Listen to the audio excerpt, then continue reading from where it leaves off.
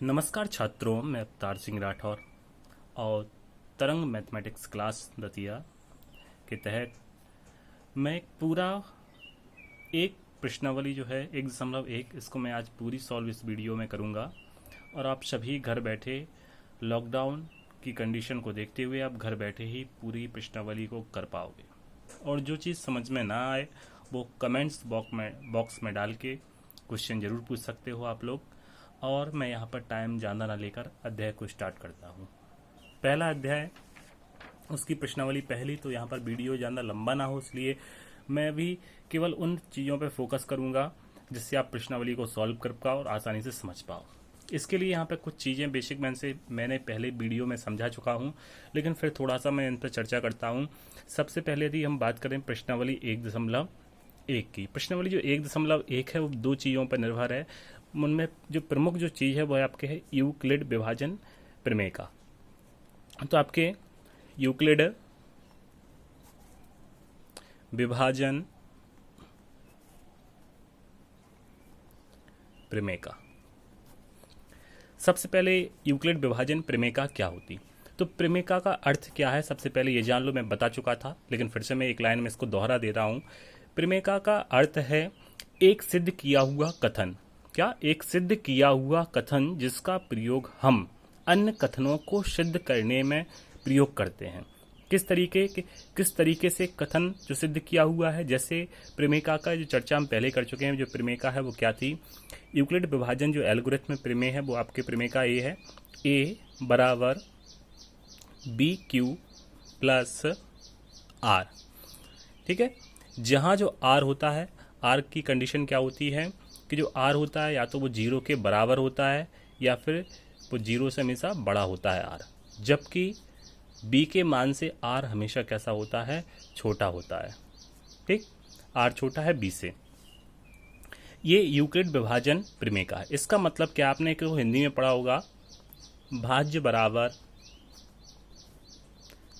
भाजक गुणा भागफल प्लस शेषफल।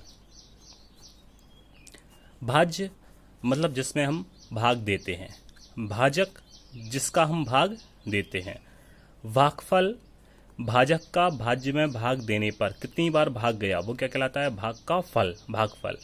और भाग देने पर जो संख्या नीचे बचती, हो सकता है पूरा भाग चला जाए तो 0 बचेगा या कुछ भी बच सकता है।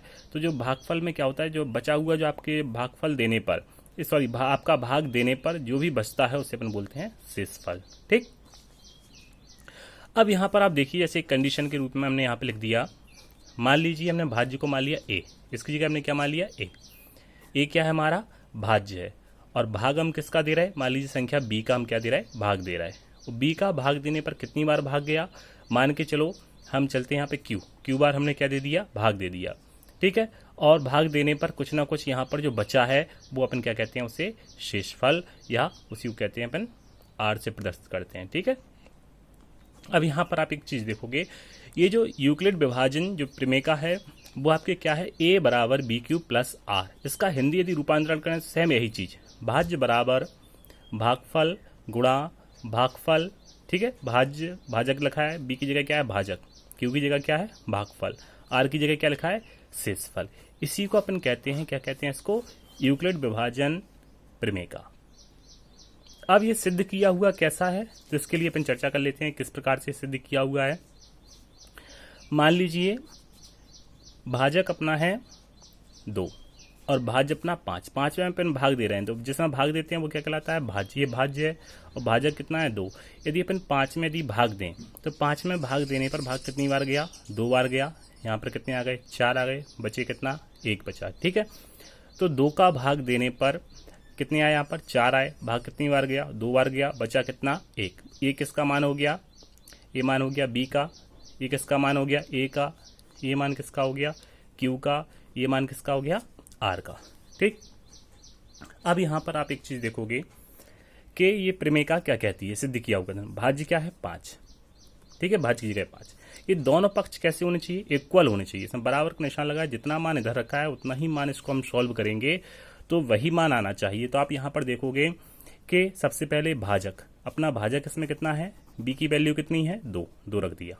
फिर गुणा क्या आता है, q, या गुणा भागफल, भागफल कितना है अपना 2 गुणा 2, शेषफल कितना बच रहा r, देखो प्लस करके शेषफल लिखा है, यहाँ पर भी प्लस करके शेषफल लिखा है, प्लस करके अपने क्या लिख दिया इसमें 1। अब आप देखोगे 2 दूनी 4 और प्लस 1 बराबर 5, आप देखोगे कि 5 बराबर 5, LHS बराबर क्या निकला, RHS। मतलब ये सिद्ध किया हुआ कथन है, ये कैसा कथन है, सिद्ध, पहले से ही सिद्ध किया हुआ कथन है। और इस कथन का प्रयोग, जो यूक्लिड विभाजन प्रमेय का है, इसका प्रयोग हम अन्य कथनों को सिद्ध करने के लिए करेंगे। तो प्रमेय का क्या होता है, एक सिद्ध किया हुआ कथन होता है जिसका प्रयोग हम अन्य कथनों को सिद्ध करने के लिए करते हैं। समझ में आ गया होगा, ठीक है।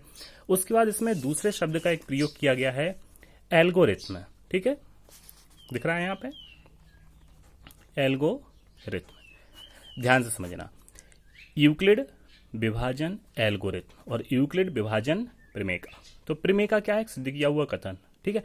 अब एल्गोरिथम जो शब्द है, इसकी उत्पत्ति एक फारसी गणितज्ञ, जो कि इनका नाम था अल ख्वारिज़मी, ठीक है। यहाँ पर गणितज्ञ का नाम लिखे दे रहा है क्योंकि कई बार पेपर में पूछा जा सकता है, अल ख्वारिज़मी, अल ख्वारिज़मी, ठीक है।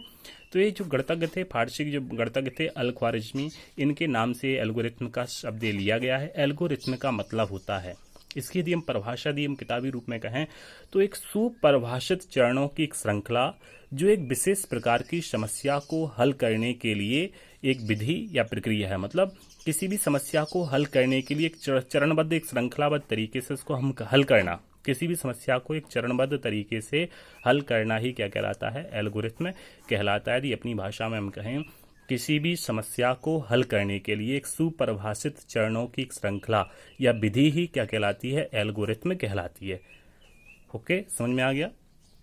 प्रमेय का सिद्ध किया हुआ कथन, जिसका प्रयोग अन्य कथनों को सिद्ध करने में करते हैं। एल्गोरिथम का मतलब है एक सुपरिभाषित चरणों की श्रृंखला, ठीक है, जिसका प्रयोग हम किसी अन्य समस्या को हल करने में, ठीक है, प्रयोग करते हैं। चरणबद्ध प्रक्रिया कैसे, उसकी चर्चा अपन सवालों में करेंगे कि इसमें कैसे चरणों की प्रक्रिया को उसमें प्रयोग किया जाता है। तो दो चीजें थी, एक एल्गोरिथम था, एक प्रमेय का था। तो प्रमेय का सिद्ध किया हुआ कथन, जिसका प्रयोग हम अन्य कथनों को सिद्ध करने में करते हैं। और एल्गोरिथम क्या है, सुपरिभाषित चरणों की एक श्रृंखला होती है, जो एक विशेष प्रकार की समस्या को हल करने की एक प्रक्रिया या विधि, ठीक है, प्रदान करती है।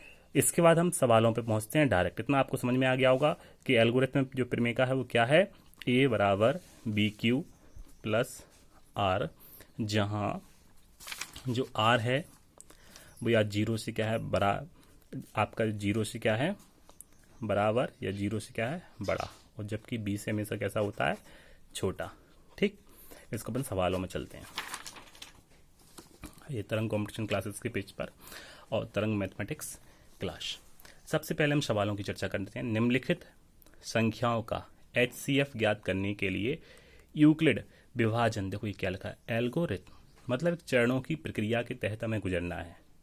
इसमें प्रमेय का लगेगी, लेकिन वही प्रमेय का चरणबद्ध तरीके से इसमें प्रयोग होगी, इसलिए इसको कहते हैं एल्गोरिथम। समस्या का हल करना है, क्या हल करना है हमें, HCF निकालना है, हाईएस्ट कॉमन फैक्टर, मतलब महत्तम समावर्तक ज्ञात करना है इन 3 सवालों के। और इसमें से पहला सवाल है 135 और 225। चलो इसको सॉल्व करते हैं जल्दी से। यहाँ पर आप देखोगे, यहाँ पे हल करने के लिए हम डाल देते हैं हल, ठीक, दिखाई दे रहा होगा आपको। चलो यहाँ आप देखोगे, सबसे पहले यदि बात करें तो आपके पास 2 शब्द दिए गए हैं, ठीक है,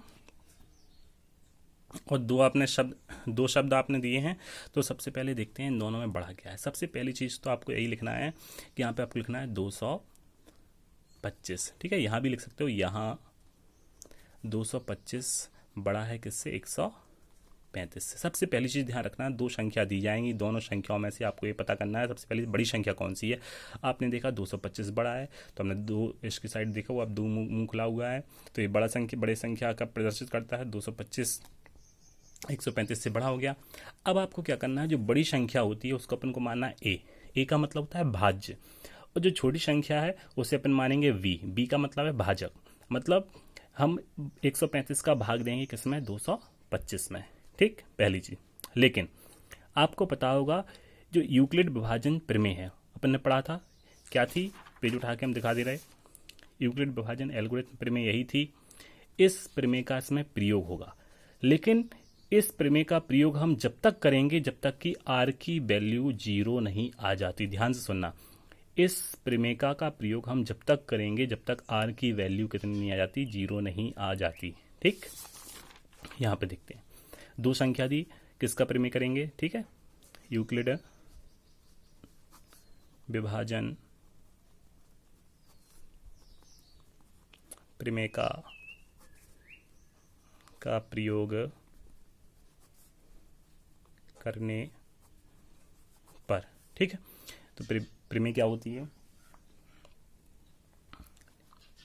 ए बराबर B Q plus R comma, ठीक है, 0 के बराबर या 0 से बड़ा होता है आर, और हमेशा जो आर होता है वो किससे छोटा होता है, बी से। ये समझ में आया, बी से छोटा क्यों होता है, तो यहाँ पे आप समझ लो, बी से छोटा हमेशा इसलिए होता है क्योंकि मान लो आपने भाग दिया है, सब पेज पे करके दिखा देते हैं। जैसे मान लीजिए हमने यहाँ पे भाग दिया था किसका, 2 का 5 में, अलग से हम यहाँ पे दे के दिखा दे रहे हैं आपको। जैसे हमने 2 का भाग दिया 5 में, तो कितनी बार गया, 2 बार, कितने आ गए, 4, बचा कितना, 1। मतलब आप देखोगे यदि यहाँ पे हम 6 कर दें, कितने कर दें, 6 में भाग दें, तो द्वितीया 6, कितना बचा, 0। संख्या यहाँ पे 7 कर दें तो द्वितीया 6, कितना बचा, शेषफल 1। मतलब यदि हम 2 का भाग किसी भी संख्या में दें, 2 का भाग हम किसी भी संख्या में दें, तो हर कंडीशन में केवल शेषफल या तो 0 बच रहा या फिर कितना बच रहा, 1 बच रहा, इसके अलावा कोई नहीं बचेगा। कहने का मतलब ये होता है कि जो जिसका हम भाग देते हैं कभी भी शेषफल उससे बड़ा और ना ही उसके बराबर बचता है, ना तो इसके कभी बराबर बचेगा और ना ही कभी इससे बड़ा आएगा, क्योंकि जैसी बराबर होगा वैसे शेषफल कितना हो जाता है, 0। तो हमेशा जैसे कोई हम 3 का भाग दे रहे हैं तो यहाँ पर शेषफल क्या प्राप्त होगा, 1 2 3। यदि हम 4 का भाग दे रहे हैं 3 भी प्राप्त नहीं होगा, यहाँ पे केवल 1 और 2, 0 1 और 2। 4 का भाग देंगे तो 1 2 3, केवल यही आपके बस 0 और शामिल कर देंगे इसमें, तो 0 1 2 और 3। इसी प्रकार से 5 का भाग देंगे तो 0 1 2 3 4, केवल यही शेषफल, कभी भी भाजक के बराबर शेषफल नहीं बचता, ना उससे बड़ा। इसलिए हमने इस प्रमेय में लिखा है कि जो आर होती है हमेशा बी से क्या होती है, छोटी होती है। अब इसमें एल्गोरिथम प्रमेय का प्रयोग करना है, तो एल्गोरिथम का इसमें प्रयोग करेंगे, मतलब चरणबद्ध प्रक्रिया इसमें चलेगी। सबसे पहले चरणबद्ध प्रक्रिया आपको इस तरीके से ही करना है, कई टीचर इसको डायरेक्ट करा देते हैं, मैं बिल्कुल कहता हूँ कि इसको चरणबद्ध तरीके से करो, क्योंकि एल्गोरिथम का प्रयोग कर रहे हैं। तो चरणबद्ध प्रक्रिया, और चरणबद्ध प्रक्रिया कब तक दोहराएंगे, जब तक शेषफल हमें 0 प्राप्त नहीं हो जाता। किस प्रकार से, सबसे पहले चरण फर्स्ट, हमने क्या बताया था अभी कि हमने यहाँ पे बड़ी संख्या क्या थी, 225, इसको हम लिख देंगे यहाँ पर 225 भाज्य की जगह पे। भाग किसका देना है, 135 का। ये रफ का है, रफ पे करना है आपको। उसके बाद इसका भाग देंगे तो क्या आएगा, एक बार जाएगा, एक बार आने पर यहाँ कितनी आ जाएगा, 135 से कम 135, घटा देंगे तो 5 में से 5 गए 0, ठीक है, 12 में से 3 गए 9, 2 में से 2 गए, यहाँ पे 0 बचा, ठीक है। अब आप देखोगे एक पहला चरण कंप्लीट हो गया, शेषफल अभी कितना बचा, 90। अभी 0 तो नहीं आया शेषफल, तो आपको क्या करना है, चरण फर्स्ट। आप इस प्रक्रिया को कैसे लिखोगे, सबसे पहले ए की जगह अपन क्या लिखते हैं, भाजक कितना है, 225, ठीक है, बराबर बी का मान कितना है, 135, ठीक, गुणा क्यू मतलब भागफल का मान कितना है, 1, प्लस आर का मान कितना है, 90, ठीक। यहाँ आपको लिखना है, जहाँ ये इस प्रकार से लिख दो, यहाँ आर बराबर नहीं है 0, ठीक है, ये भी आपको लिखना है, यहाँ आर बराबर नहीं है 0। ये प्रक्रिया जब तक हम करते रहेंगे जब तक हमें आर बराबर 0 प्राप्त नहीं हो जाता। उसके बाद हम चलते हैं चरण सेकंड, ठीक। अब आपको क्या करना है, जो शेषफल बचा उसे बना लेते हैं हम भाजक, और जो पहले भाजक था उसे बना लेते हैं हम यहाँ पर भाज्य, ठीक। ये हर सवाल में इस प्रकार से देखना है कि जो आपका शेषफल बचा उसको बनाना है भाजक, और जो पहले भाजक था उसे बनाना है भाज्य। अब आप देखोगे 90 कम 90, क्योंकि 2 बार में तो ज़्यादा हो जाएगा। ठीक, यहाँ पे कितने बचे? 45 बचेंगे। ठीक, चरण फर्स्ट, सबसे पहले ए, यहाँ पे क्या लिखा जाता? ए, तो ए का यहाँ पे मान कितना था? 135 था। ठीक, बराबर बी का मान कितना था यहाँ पर? 90। ठीक, तो बी की जगह कितना आ गया? 90। और भागफल का गुणा करना है, भागफल कितना है? 1 है, प्लस शेषफल, शेषफल कितना है? 45। यहाँ पे भी इसी के आगे अपने पास जगह नहीं है तो नीचे लिख दे रहे, यहाँ आर बराबर नहीं है 0। ठीक है, इसकी जगह अपन जहाँ भी लिख सकते हो, कोई दिक्कत नहीं है। ठीक, जब तक देना है जब तक शेषफल 0 प्राप्त ना हो जाए। चरण थर्ड, ठीक है, इसके बाद आप क्या करेंगे? फिर से शेषफल को अपन भाजक बनाएंगे। ठीक, और भाजक जो होता है वो क्या होता है? वो क्या होता है? भाज्य बनेगा। कितनी बार भाग जाएगा? 2 बार, पूरा कट गया। आप देखोगे 0 प्राप्त हो गया यहाँ पर। ठीक है, तो तीसरा चरण क्या हो गया आपका? 90 ए की जगह पे, बी का मान यहाँ पर कितना है? 45। गुणा किसका होता है? भागफल का, प्लस यहाँ पर शेषफल कितना है? 0। ठीक है, शेषफल क्या प्राप्त हो गया? 0। ठीक, यहाँ लगेंगे, यहाँ शेषफल 0 प्राप्त होता है। ठीक है, यहाँ शेषफल कितना प्राप्त होता है? प्राप्त होता है। ठीक है, तथा भाजक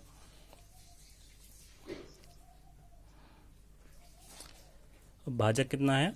भाजक बराबर 45। ठीक है, जो भाजक होता है जिसका भाग देने पर 0 प्राप्त होता है वही उसका HCF होता है। आप इस प्रकार से चरणबद्ध प्रक्रियाओं करते हुए आओगे। जिसका भाग देने पर शेषफल 0 प्राप्त हो जाता है वही उसका HCF होता है। तो ठीक है, तो इसके बाद आप लिख देंगे नीचे HCF। ठीक है, इसलिए HCF किस किसका? 135 है, कॉमा और लिख सकते हो उसकी जगह 225 बराबर 45। ये आपका आ गया आंसर। बिल्कुल कॉपी में, आप बोर्ड की कॉपी में इस तरीके से आप लिख के आएँ और आपको पूरे में से पूरे नंबर मिलेंगे। ठीक है, तो एक आपने पूरे सवाल देखा है। पहला सवाल हमारा क्या हो गया? कंप्लीट हो गया। इस प्रकार से आपने देखा। ठीक है, तो सॉल्व हो गया। इसके बाद अपन चलते हैं सेकंड प्रश्न पर। ठीक है, पहले के तीनों सेम ही हैं, और यदि आप चाहो, यदि प्रॉब्लम आए तो मैं करवा सकता हूँ। मैं यहाँ पर नेक्स्ट क्वेश्चन की ओर चलता हूँ। ओके, तो नेक्स्ट क्वेश्चन के लिए मैंने क्वेश्चन पहले ही से लिख रखा है अपन। तो ये क्वेश्चन निकाल लिया है मैंने, इस पर चर्चा करेंगे क्योंकि वीडियो ज़्यादा लंबा ना बने इसलिए। ठीक, दर्शाइए कि, ठीक है, दिख रहा होगा, दर्शाइए कि कोई भी धनात्मक विषम पूर्णांक 6q + 1, 6q + 3 या 6q + 5 के रूप में हो सकती है। आप यहाँ सवाल में देख रहे होगे कोई भी पूर्णांक, ये जो एल्गोरिथम है, जो प्रमेय का है, इसका प्रयोग पूर्णांकों के लिए किया जाता है। ठीक है, धनात्मक पूर्णांकों के लिए इसका प्रयोग हुआ है, इसका प्रयोग ऋणात्मक पूर्णांकों में भी किया जा सकता है। यहाँ पर आप देखोगे 6q + 1, मतलब ये उसी प्रकार से प्रमेय का इसमें प्रयोग है कि आपको लग रहा होगा b की जगह पे 6 होगा, q की जगह q है, प्लस r की जगह क्या है? 1। इसी प्रकार इसके फॉर्मूले में इस प्रकार से दिए गए हैं, इसमें प्रमेय का आपको साफ नजर आ रही होगी। ठीक है, तो इसको हम सॉल्व करते हैं सबसे पहले। ठीक है, यहाँ देखना हल। थोड़ा सा मैं फास्ट बता रहा हूँ क्योंकि वीडियो बहुत लंबा होता है, अपलोड करने में बड़ी प्रॉब्लम आती है। मैं चाहता हूँ अब तक क्वेश्चन पहुँच जाए। ठीक है, सबसे पहले माना धनात्मक पूर्णांक ए है। ठीक है, हमने मान के चला कोई धनात्मक पूर्णांक ए है। अब यहाँ पर आप देखोगे धनात्मक पूर्णांक ए मान लिया, ए मतलब हमने भाज्य से लेके चलते हैं, और आप यहाँ पे देखोगे कि सभी जगह बी की जगह पे कितना दिया गया है? 6। तो यहाँ पे अपन क्या लेके चलेंगे? तथा बी बराबर कितना मान के चलेंगे? 6, तथा बी बराबर कितना है? 6। ठीक, ए धनात्मक पूर्णांक हमने क्या मान लिया? ए, तथा बी बराबर कितना हो गया? 6। जब b बराबर 6 है तो हमने आपको बताया था कि जो r का जो मान होगा कभी भी ना तो b के बराबर होगा ना ही b से क्या होगा बड़ा होगा, हमेशा क्या होगा 0 से लेकर 5 तक ही इसका मान होगा। तो अपन यहाँ देखेंगे यूक्लिड विभाजन प्रमेय का प्रयोग करेंगे। यूक्लिड विभाजन